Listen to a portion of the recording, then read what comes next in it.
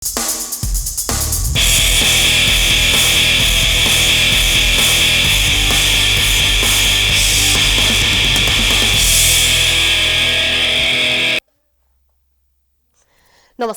Prime संवादमा हार्दिक स्वागत छ। म दृष्टिवाणी धिताल। आज विश्व शान्ति दिवस।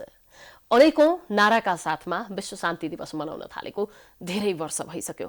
विश्वमा शान्ति स्थापना गर्नका लागि संयुक्त राष्ट्र संघको आह्वानमा यो महासभाले 1981 मा एउटा कार्यक्रम तय गर्यो। 82 बाट विश्व शान्ति दिवस मनाउने भनेर आजका मितिलाई अगाडि सारियो। विश्वमा शान्ति दिवस मनाउँदै गर्दाखेरि हामी कति अशान्त, कति आक्रान्त छौं र यो जुन किसिमले यो फन्डामेन्टललाई अगाडि बढाइएको थियो, यो एजेन्डालाई अगाडि बढाइएको थियो, त्यो एजेन्डा कहाँबाट चुक्यो र हामी अशान्त हुँदै हुँदै गइरहेको परिदृश्य किन देखिरहेका छौं भन्ने आजको हाम्रो बहस हुनेछ। हामी यिनै विषयमा केन्द्रित रहेर कुराकानी गर्नेछौं।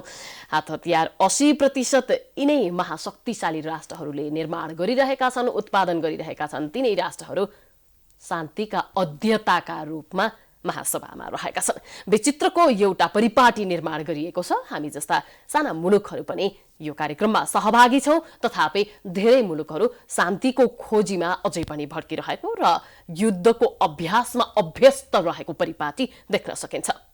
तेस्रो विश्वयुद्धको परिकल्पना गर्नेहरू धेरै छन् र तेस्रो विश्वयुद्धबाट विश्वलाई त्यो चङ्गुलबाट रोक्नुपर्छ भन्ने पनि एउटा अभ्यास हुनुपर्छ भन्ने खालका आवाजहरू पनि उठेका छन्। तथापि यो बीचमा आज पनि हामी पनि विश्व शान्ति दिवस मनाउँदैछौँ। सम्पूर्णमा विश्व शान्ति दिवसको शुभकामना छ। आज हामी यिनै विषयमा डाक्टर विष्णुराज उप्रेतीसँग कुराकानी गर्नेछौँ। उहाँ द्वन्द्ववेद हुनुहुन्छ। स्वागत गर्छु। स्वागत छ यहाँलाई सर। धन्यवाद। यो विश्व शान्ति भनेको के रहेछ? विश्व शान्ति दिवस आज मनाउँदै गर्दा यो आक्रान्त भएको विश्वले विश्व शान्ति दिवसलाई गिज्याइरहेको जस्तो एउटा अनुभूति हामीले गरिरहेका छौँ।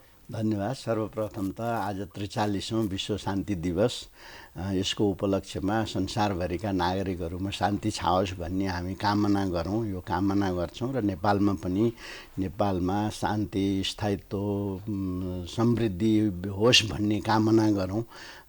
त्यसपछि तपाईँले सोधेको प्रश्नमा यो विश्व शान्ति दिवस एकातिर अर्कातिर चाहिँ अहिले विश्वमा भइराखेको जुन अस्थिरता, असुरक्षा, जटिलता, तनावहरूको बारेमा यो अत्यन्त महत्त्वपूर्ण समसामयिक र अहिले वास्तवमा भन्ने हो भने संसारका शक्ति सम्पन्न राष्ट्रहरूले चिन्तन गर्नुपर्ने, सोच्नुपर्ने र आफ्नो रणनीति तय गर्नुपर्ने मामला चाहिँ यो हो। तर सुधारिएको रणनीति, त्यो पनि सुधारिएको, यसलाई सम्बोधन गर्ने किसिमले अहिलेका संसारमा देखिएका चुनौतीहरू सम्बोधन गर्ने रणनीति हुनुपर्ने हो। तर यथार्थ के छ भने तपाईँको अहिले जस्तो जटिल विश्व परिवेश कमै थियो होला त्यो अवस्थामा छ। अब जहाँसम्म हामीले यो 43औं शान्ति अन्तर्राष्ट्रिय शान्ति दिवसको कुरा गऱ्यौँ, संयुक्त राष्ट्रसङ्घले यो प्रस्ताव गरेर अघि तपाईँले पृष्ठभूमिमा भनिहाल्नुभयो, प्रस्ताव गर्यो। संयुक्त राष्ट्रसङ्घ आफैमा यो स्थापित भएकै विश्वमा शान्ति र मानव अधिकारको संरक्षणको लागि नै हो, होइन? यदि तपाईँले यसको इतिहास हेर्नु हो भनेदेखि दोस्रो विश्वयुद्ध पछि संसारमा चाहिँ शान्ति स्थापना गर्नको लागि भनेरै यो सुरु भएको हो र यसको उद्देश्यहरू अत्यन्त राम्रा छन्। तर यो आफैमा शक्ति राष्ट्रहरूको एउटा प्रभावकारी हतियार, औजारको रूपमा प्रयोग भइराखेको छ, होइन? यसको अघि पनि तपाईँले हतियारको कुराहरू अलिकति जोडेर भन्नुभयो। संयुक्त राष्ट्र सङ्घको लगभग सबैजसो रणनीतिक निर्णयहरू सुरक्षा परिषदले गर्छ। त्यो सुरक्षा परिषदमा बेलायत, अमेरिका, फ्रान्स, रसिया र चीन एउटै मात्रै, अलिकति डेभलपिङ कन्ट्री भनेको त्यति बेलाको चीन मात्रै थियो। हजुर। सबै यिनै शक्ति राष्ट्रहरू छन् र यिनै 5वटा सुरक्षा परिषदका सदस्यहरूले लगभग संसारको 80% घातक हतियारहरू पनि यिनीहरूले उत्पादन गर्छन्, बिक्री वितरण गर्छन्। अब यो हतियारको राजनीतिको बारेमा बहस गर्न थाल्यो भने अहिले यो एउटा पुरै बहसमा लिन सकिने खालका जटिलता छन्। भन्न खोजेको के हो भने यस्तो परिवेशमा यो यथार्थ र सैद्धान्तिक कुराहरूको भिन्नता यस्तो हुँदो रहेछ कि तपाईँले हाम्रै दैनिक दैनन्दिनी उसमा पनि देख्नुहुन्छ, हाम्रो राजनीतिक नेतृत्वले एक थोक भन्छ, काम अर्को थोक गर्छ। हाम्रा सङ्घ संस्थाहरूमा एउटा चाहिँ संस्थाको उद्देश्य हुन्छ, काम अर्कै भइराखेको हुन्छ। संयुक्त राष्ट्र सङ्घ पनि त्यसैको ठुलो चित्र हो र यसमा आधारभूत सुधारको आवश्यकता छ। अहिले भन्यो नि तपाईँले, मैले लगभग 15-20 वर्षदेखि अफ्रिकी देशहरूको द्वन्द्वको मसिन्याएर अध्ययन गर्छु। त्यहाँका थुप्रै देशहरूमा, ल्याटिन अमेरिकी देशहरूमा, एसियामा पनि मैले 30 वर्षको मेरो यो द्वन्द्वको अध्ययन अनुसन्धान, मेरो पढाइ पनि यही विषय भएको हुनाले के देखिन्छ भने जति पनि जटिलताहरू आएका छन् नि, ठुला जटिलताहरू जुनसुकै देशमा होस्, आउँदाखेरि यही अन्तर्राष्ट्रिय शक्तिकै सक्रियता परिचालनबाटै भएको छ के।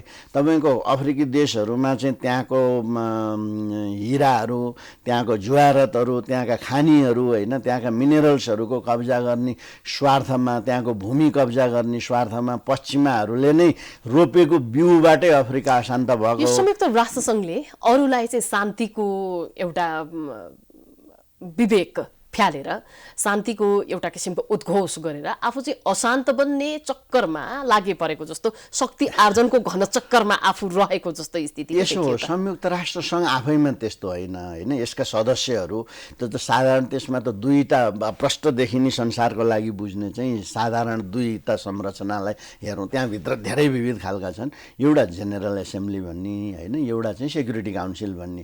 अब त्यहाँ चाहिँ यो संयुक्त राष्ट्र सङ्घ एउटा आफैमा यति ठुलो अन्तर सरकारी हो यो फेरि होइन, अन्तर सरकारी संस्था छैन, यो चाहिन्छ संसार। तर यसमा यो शक्ति राष्ट्रहरूको पकड जुन छ नि, यो पकडबाट बाहिर लानलाई अहिले आवाजहरू सशक्त उठिरहेका छन्। ब्राजिल, इन्डिया, साउथ अफ्रिका लगायतका यो ब्रिक्स कन्ट्रीहरूले पनि आवाजहरू उठाइरहेका छन्। अरूले पनि यहाँ चाहिँ डेभलपिङ कन्ट्रीहरूको सही प्रतिनिधित्व भएन निर्णायक तहमा भन्नु। सुरक्षा परिषदमा स्थायी समिति 15वटा हुन्छन्, पालो गर अरू सदस्यहरू पनि जान्छन्, तर त्यो सदस्यहरूको पनि खासै त्यहाँ त्यत्रो ठुलो भूमिका हुँदैन, किनभने त्यो पर्मानेन्ट मेम्बर जो छन् 5वटा तिनीहरूकै बोलावाला हुने। त्यस कारणले संयुक्त राष्ट्र सङ्घ आवश्यक छ। संयुक्त राष्ट्र सङ्घ आफैले यो गरे होइन। संयुक्त राष्ट्र सङ्घ एउटा कमजोर संस्था छ। किन कमजोर छ भने अमेरिका सबैभन्दा ठुलो दाता यसको। अब फेरि यो चाहिँ एकदमै खर्चिलो संस्था छ। संयुक्त राष्ट्र सङ्घ तपाईँको यति खर्चिलो संस्था छ, यति केन्द्रीकृत संस्था छ, त्यहाँ चाहिँ रिफर्म पनि बहुत गाह्रो छ, सुधार पनि गाह्रो छ। अब त्यस्तो संस्था साधन स्रोत दिनेले नदिँदाखेरि चल्दैन। अनि फेरि संयुक्त राष्ट्र सङ्घका अभ्यासहरू यस्तो गलत तरिकाले भएका छन् कि दक्षिण अथवा साउथ अथवा डेभलपिङ कन्ट्रीहरू भनेका चाहिँ सबै खराब हुन्, त्यहाँका मान्छे पनि योग्य छैनन् भन्ने कारणले संयुक्त राष्ट्र सङ्घको कर्मचारीको संरचनामा हेर्नुभयो भने माथिल्लो तहमा दक्षिण अथवा साउथपट्टिबाट जाने एकदम कमजोर बनाइएको छ। केही देशहरूबाट पुगिहाले कुनै संयुक्त राष्ट्र सङ्घमा त विभिन्न खालका थेमेटिक संस्थाहरू पनि छन् होइन, विश्व खाद्य सङ्गठन, विश्व स्वास्थ्य सङ्गठन, विश्व कृषि सङ्गठन, यी यावत खालका विविध। त्यहाँ कदाचित प्रमुख पुगिहाल्यो भने पनि त्यहाँ राजनीतिक सम्झौताबाट शक्ति राष्ट्रहरूको चाखअनुसार मात्रै पुग्ने हो। माथिल्लो तहका कर्मचारीमा पनि त्यस्तै छ। सेतो छाला भएपछि चाहिँ उनीहरू सबैका विज्ञ हुन् भनेर हामीलाई सिकाउन आउने, तर दक्षिणका अथवा यो साउथका, ग्लोबल साउथ भन्छ नि, यो विकासोन्मुख देशहरूका चाहिँ जतिसुकै सक्षम हुन् तर तिनीहरू त्यहाँ एकदम कमै मात्रै पर्छन् होइन। एउटा त्यो खालको परिपाटी संरचना अभ्यासले गर्दाखेरि पनि संयुक्त राष्ट्र सङ्घले दक्षिणको अथवा ग्लोबल साउथको प्रतिनिधित्व गर्नै सकेका छैन।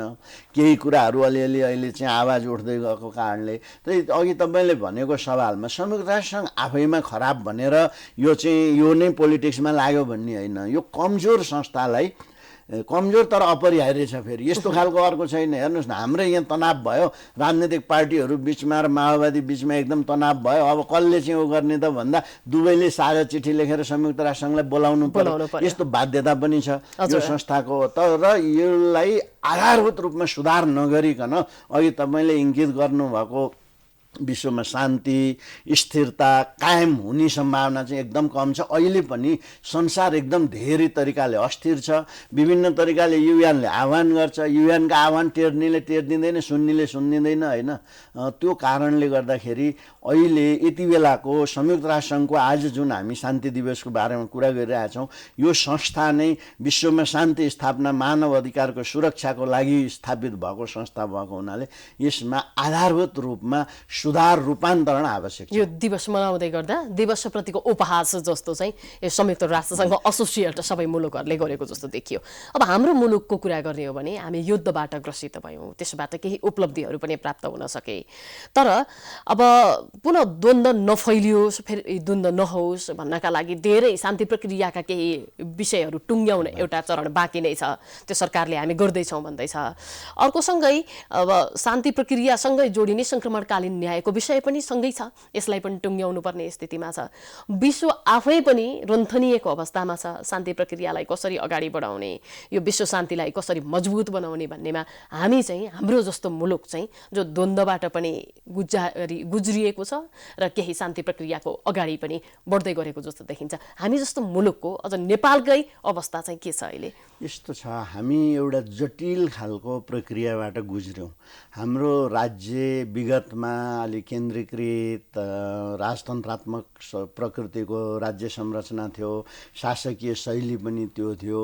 त्यसलाई चाहिँ विश्वमा खास गरी 1990s जुन उभार आयो संसारभरि, त्यो उभारले चाहिँ यस्ता खालका केन्द्रीकृत राज्य प्रणालीहरूलाई चाहिँ लतारेर डेमोक्रेटिक मुभमेन्ट नै फैल्यो संसारभरि नै। त्यो तपाईँले हेर्नुभयो भने त्यहाँ दर्जनौँ देशहरू चाहिँ अटोक्रेटिक प्रणालीबाट डेमोक्रेटिक प्रणालीमा गए। अब त हामीले त्यो डेमोक्रेटिक प्रणालीलाई थाम्न सकेन क्या। हाम्रो राजनीतिक तहले, राजनीतिक पार्टीहरूले त्यो अवसरमा जनतामा जुन अपेक्षा थियो, सुशासनको अपेक्षा थियो, चाहिँ असमानताको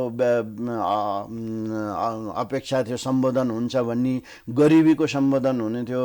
द्वन्द्वका माओवादी सशस्त्र विद्रोह हुनुको पछाडिका कारणहरू भनेको त तपाईँको इनइक्वालिटी भन्छ नि, असमानता, सामाजिक रूपमा, आर्थिक रूपमा असमानता, भौगोलिक रूपमा असमानता, लैङ्गिक रूपमा असमानता, जातीय विभेद, गरिबी, अन्याय, यिनै कारण थिए नि।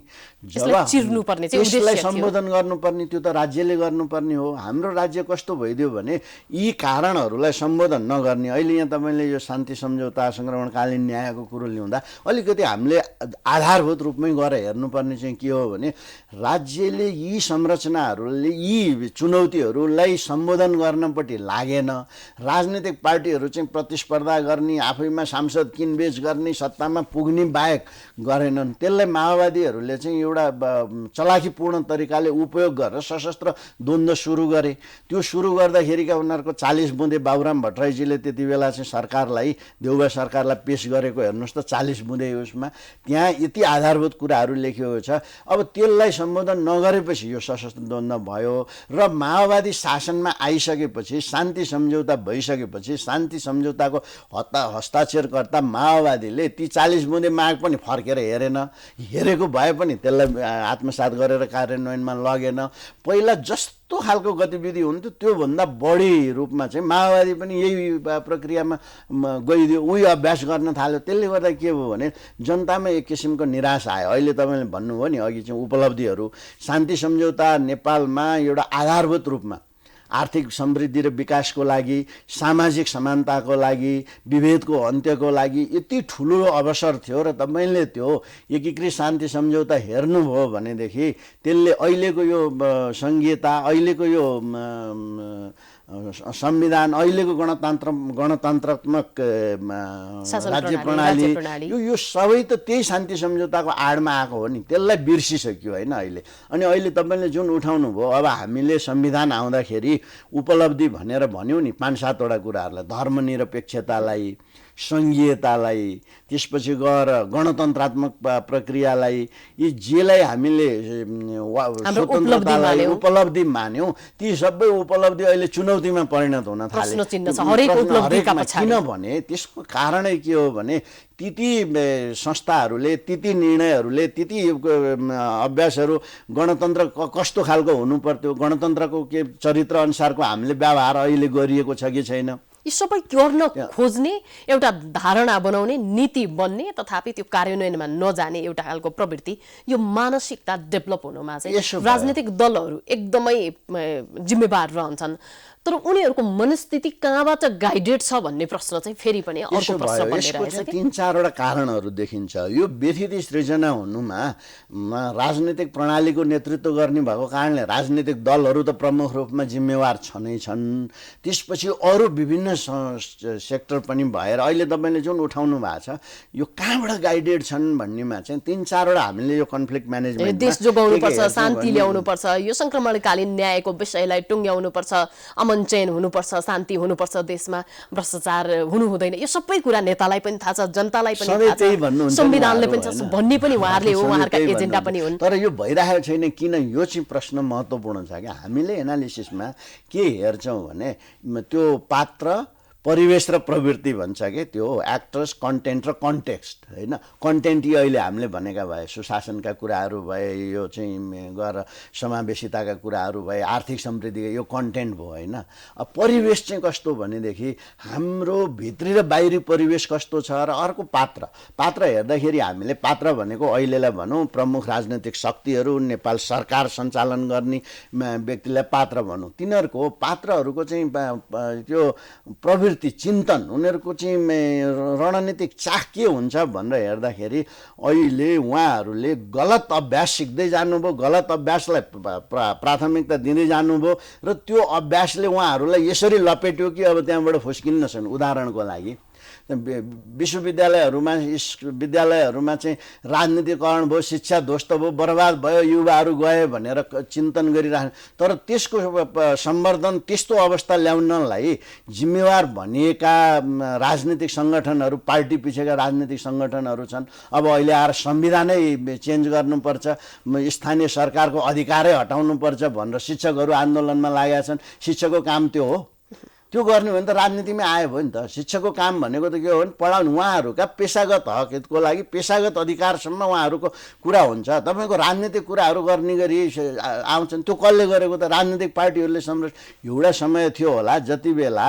चाहिँ सबै लागेर सबै प्रतिबन्धित भएको बेलामा हामीले त्यस्तो खालको परिचालन सङ्गठनहरूको, जनशक्तिको परिचालन गर्नु पर्यो।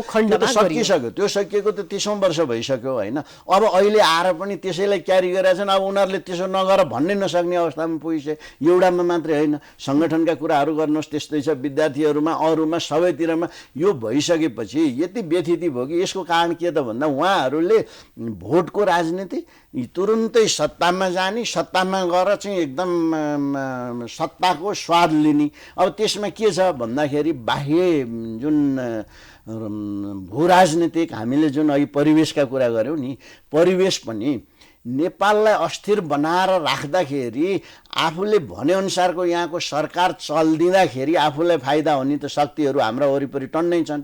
उनीहरूको आफ्नो चाख त हुने नै भयो।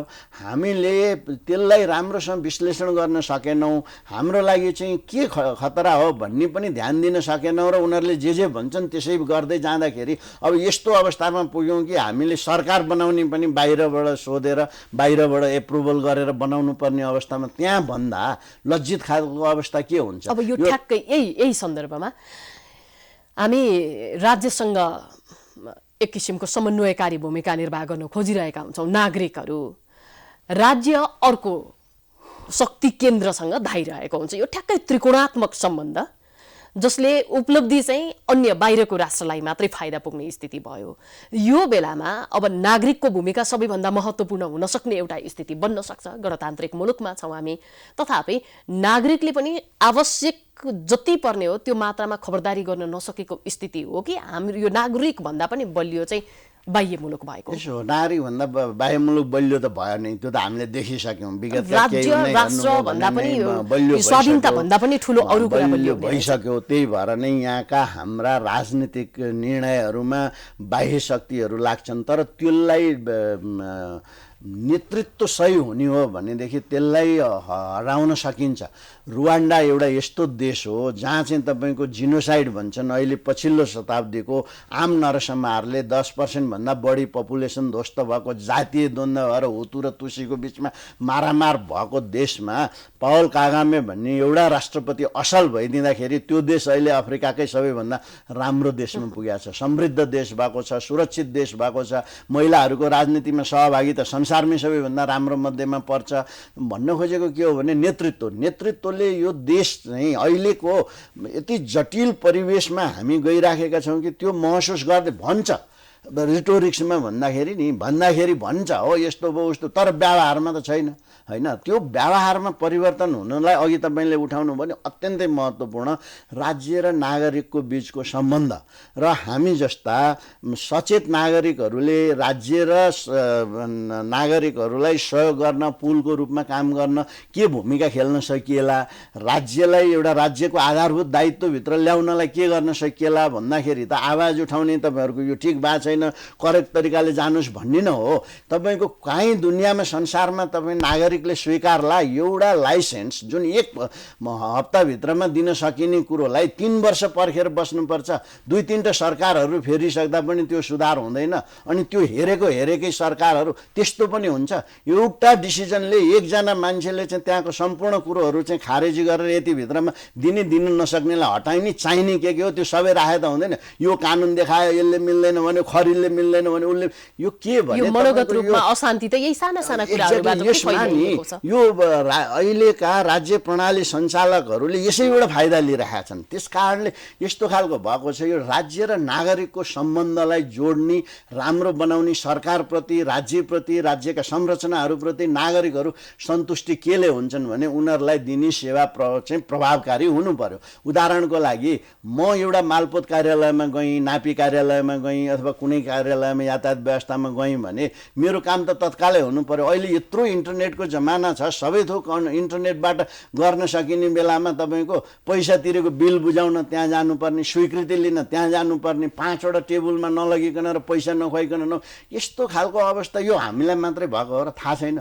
मैले मुख्य सचिवजीहरू भएको बैठकहरूमा, प्रधानमन्त्रीजीहरू भएको बैठकमा धेरै पटक उठाइयो, किन कम्तीमा काहीँ त एउटा एक्सन गरे हो। तपाईँको अरू केही गर्नै पर्दैन। राज्यले नागरिकप्रतिको सम्बन्ध चाहिँ सुदृढ बनाउने हो, यस्ता चाहिँ अस्थिरताहरूलाई सम्बोधन गर्ने हो भनेदेखि राज्यले नागरिकलाई दिने प्रत्यक्ष जोडिएका सेवाहरू जुन छन् नि 15-20 वटा सेवाहरूमा रहेको यो द्वन्द्व, हामी भित्रको अन्तर्द्वन्द्वलाई चाहिँ हटाउनु पर्यो। के गर्ने भने यो अहिलेका कानुन यिनीहरूलाई नै पक्रेर बस्ने हो भने यो सम्भवै छैन। यस्तो कानुन ल्याउनु पर्यो जुन कानुनले चाहिँ म चाहिँ कुनैलाई सेवा दिन भनेर बस्ने मेरो दायित्व हो भने तोकिएको समय अवधि तोकेर त्यो दिन सकिन भने मलाई हटाएर तपाईँलाई राख्ने कानुन ल्याउनु पर्यो नि, अनि नै सेवा प्रभावकारी हुन्छ। त्यस कारणले यो नागरिकमा बढ्दो असन्तुष्टि नै अहिले गएर तपाईँको यो किन शिक्षकहरू एकातिर आन्दोलनमा छन्, विद्यार्थीहरू अर्कातिर छन्, सहकारीवाला अर्कातिर छन्। होइन, यहाँ त एउटै पार्टी, एउटै सिद्धान्त भएका, एउटै पार्टीभित्रका, एउटै एजेन्डा भएकाहरू पनि आन्दोलनमा छ नि। किन त्यो मनोप्रवृत्ति, त्यो फन्डामेन्टल त्यो मनोप्रवृत्ति किन बन्यो भन्ने हामीले हेर्नुपर्छ के। यहाँ चाहिँ अहिले हामी हो अरू सबै पनि जिम्मेवार छौँ, सानोतिनो ठुलो सानो रूपमा, तर सबैभन्दा ठुलो भनेको त राज्य प्रणाली सञ्चालन गर्ने राजनीतिक पार्टीहरू हुन् नि। तपाईँको आफूलाई एउटा शासनमा बस्न, सत्ताको बस्नको लागि राज्यका एकदम ग्रेटर इन्ट्रेस्टहरू, नेसनल इन्ट्रेस्टहरूमा कम्प्रोमाइज हुने खालका गतिविधि गरेर बस्नु। यसको ठ्याक्कै मनोवैज्ञानिक पक्षसँग कारण कुरा गरौँ। जस्तै मानिस एकातिर शान्ति चाहन्छ, तपाईँ पनि शान्ति चाहनुहुन्छ, म पनि शान्ति चाहन्छु, प्रचण्ड पनि शान्ति नै चाहेर शान्ति प्रक्रियामा आउनु भएको छ होइन। अन्य मुलुकको रुगान्डाको पनि यहाँले अघि एउटा किसिमको अनुभव सेयर गराइसक्नु भएको छ। त्यो हामी सबै महसुस गर्छौँ। हामीले चाहने शान्ति नै हो, तथापि शान्तिका लागि भन्दा पनि युद्धका लागि चाहिँ हामी एकदमै एक पाइला अगाडि रहने स्थितिमा छौँ। युद्धै होस् अशान्ति नै होस् भनेर उहाँहरूले गर्नुभएको भन्ने त मलाई लाग्दैन। तर उहाँहरूको मनोविज्ञान अघि पनि तपाईँले उठाउनु भयो नि, यो मनोविज्ञान के देखिन्छ भने म जसरी पनि सत्तामा जानुपर्छ, म 100% राइट छु, मैले जे भन्यो त्यही नै सही हो भन्ने मान्यतामा बसेर त्यसैको लागि नै वरिपरि घुमेर साँच्चै भन्ने हो भने त उहाँहरूले आफूलाई पूर्व फर्केर समीक्षा गरे भएन एकपटक।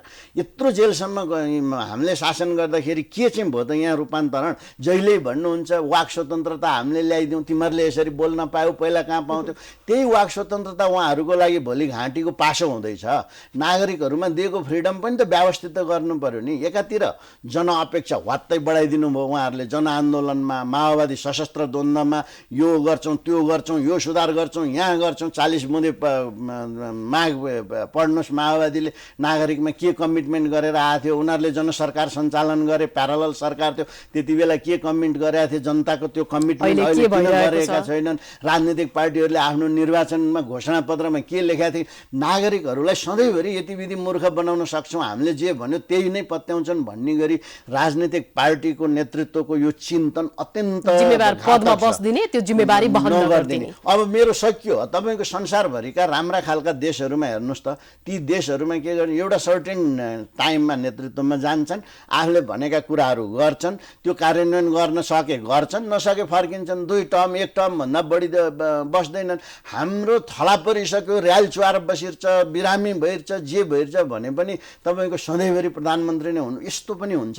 त्यस कारणले अहिले हामीले अब यो फेरि चेन्ज हुनेवाला पनि छैन। यो नथाहा पाएर हो र तपाईँले मैले हामी आम नागरिकले थाहा पाउने कुरो हाम्रो राजनीतिक पार्टीहरूले थाहा पाउँदैनन्। उहाँहरूको विश्लेषण उहाँहरूसँग मैले सबै नेताहरूसँग नजिक बसेर उहाँहरूका चिन्तन विचार छलफल सुनाइ सबै मैले हेरेको छु। यो संसार नै अहिले त एकदमै हिंसाको र तर उहाँहरूलाई के छ भने उहाँहरूले यसको यो ग्राभिटी भन्छ नि, यसको जटिलतालाई आत्मसात गर्न सक्नु भएको छैन। तर एक दिन अहिले देखिएका जटिलताहरू उहाँहरूले सम्याउन नसक्ने, मिलाउन नसक्ने भएर यो परिवेशले लतारेको अवस्थामा, लतारिएर जानुपर्ने अवस्थामा पुग्न लाग्नु भएको छ उहाँहरू।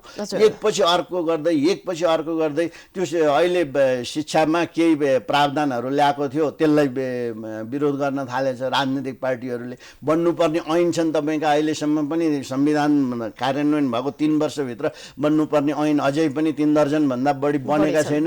त्यो बनाउन कसैलाई चाख छैन। यहाँ यस्तो खालको अशान्ति छ, किसानहरूलाई त्यस्तो छ, यहाँ महँगी यस्तो छ, खाद्यान्न मात्रै हामीले 4 खरबभन्दा बढीको उत्पादन गर्छौँ। देशका उत्पादनहरू चाहिँ सही तरिकाले उपयोग गर्न, वितरण गर्न, उत्पादनै गर्न सकेका छैनौँ। युवाहरू बाहिर गए। द्वन्द्वको द्वन्द्व मात्रै द्वन्द्व होइन, हामी हरेक पटक कसरी जीवनयापन सहज ढङ्गबाट अगाडि बढाउने भन्ने युद्ध जुन गरिरहेका छौँ नि, त्यो पनि एउटा अशान्तिको स्थिति हो। महत्त्वपूर्ण कुरा भन्नुभयो तपाईँले। एउटा यो हो सशस्त्र द्वन्द्व हो, त्यसले धेरै खालका कुराहरू ल्याइदियो र त्यो परिवेश अनुसार व्यापक हुँदै गयो। अर्को चाहिँ द्वन्द्व भनेको त आफैमा यो न खराब हो न सही हो होइन। द्वन्द्व भनेको एउटा मेन्टल स्टेट हो मान्छेको। त्यसलाई कसरी उसले बुझ्छ, उसको परिवेशले त्यसलाई कसरी इन्ट्र्याक्सन गर्ने भन्छ नि, परिवेशसँग त्यो कसरी जोडिन्छ र त्यो चाहिँ घातक पनि हुनसक्छ, राम्रो पनि सृजनात्मक पनि हुनसक्छ। त्यस कारणले द्वन्द्व आफैमा खराब या होइन। समाज रूपान्तरण, समाजको विकास, व्यक्तित्व विकासलाई पनि द्वन्द्व चाहिन्छ। तर द्वन्द्वको घातक फर्म, द्वन्द्वको नकारात्मक फर्म नराम्रो हो। अहिले हामी चाहिँ हाम्रो परिवेशले यही बनाइरहेछ। एउटा सानो मात्रै म कुरो फेरि पनि जोडौँ, राज्यले दिने आधारभूत सेवाहरूमा नागरिक निराश हुँदै गएपछि उसले के गर्छ? आक्रोश त हो नि। हिंसा त्यहीबाट सुरु हुन्छ, अशान्ति त्यहीबाट सुरु हुन्छ। त्यो आक्रोशलाई यहाँ त सबै एउटै चिन्तनका त छैनन्। कोही राजा चाहिने समूह छ, कोही के गणतन्त्र चाहिने छ, कोही संहिता खारेजी गर्ने छ, कोही के छ। यी सबैका आफ्ना आफ्ना इन्ट्रेस्टहरू चाहिँ एकीकृत भएर जाने सम्भावना हुन्छ। अनि यहाँ चाहिँ यथास्थितिवादीले गर्दा यस्तो भयो, प्रतिक्रियावादीले यसो गरे भनेर भनेको भरमा त्यो थामिँदैन। जबसम्म सरकारले दिन सक्ने मिनिमम सेवाहरू नागरिकहरूको चाहिँ सुधार गर्दैन, जबसम्म चाहिँ नेसनल इन्ट्रेस्टको सवालमा त ठुला पार्टीहरू, संसदमा भएका 14 पार्टीहरू, सम्भव भएसम्म सबै पार्टीहरू एउटै हुनुपर्छ नि।